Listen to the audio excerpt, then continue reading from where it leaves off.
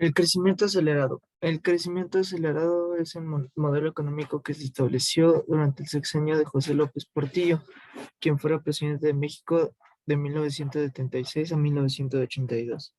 Nosotros les vamos a exponer sobre el crecimiento acelerado.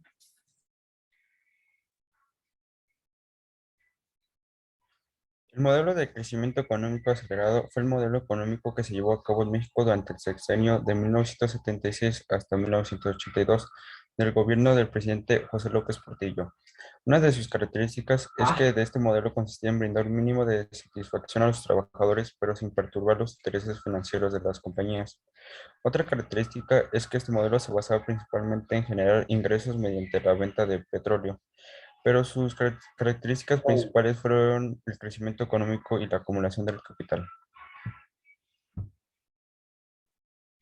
Uno de sus objetivos fue realizar actos conciliatorios con los sectores productivos, como desarrollar la industria del petróleo, que fue primordial en este modelo y en este sexenio. Bueno, en el sexenio de 1976 y 1982, impulsarse el sector agropecuario, satisfacer la demanda interna de alimentos, mejorar los servicios de educación, de salud, de vivienda y crear una reforma política que permitiera la participación de otras fuerzas en la contienda electoral. Logros durante su mandato. Se descubrieron importantes yacimientos de petróleo en Chiapas, Tabasco y la zona de Campeche, lo que permitió a López Portillo la reactivación de la economía nacional. Promulgó una ley de amnistía política y en el campo internacional restableció las relaciones diplomáticas con España. En 1976 las cámaras aprobaban la ley de organizaciones políticas y procesos electorales. Emitió los petrobonos con tasas de interés atractivas e indicadas el precio del petróleo, que entonces estaba al alza. Igualmente, y con el mismo propósito, permitió que la banca recibiera depósitos en dólares que cubrían los riesgos de cambiarlos.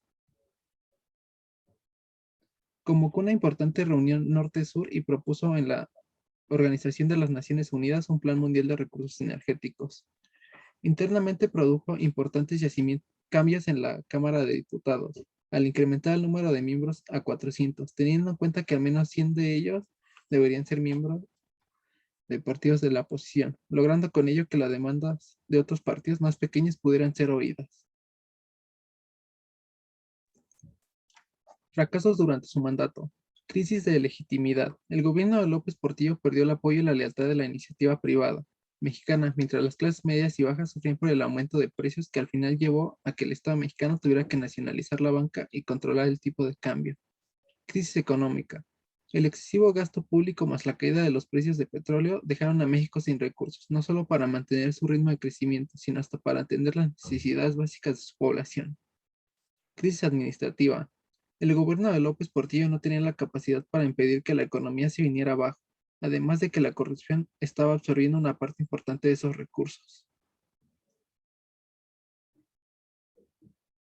El gobierno pagó en pesos los depósitos en dólares hechos por mexicanos en la banca nacional, para no enviar sus ahorros al extranjero. Se cerró la venta de dólares por 4 días y finalmente decidió la estatización de la banca y el establecimiento del control de cambios.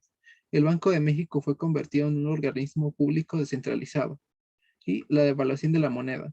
Los préstamos poco responsables que sumados a la falta de visión y una corrupción galopante en el gobierno federal terminaron multiplicando la deuda externa y devaluando en más de un 400% el valor de nuestra moneda.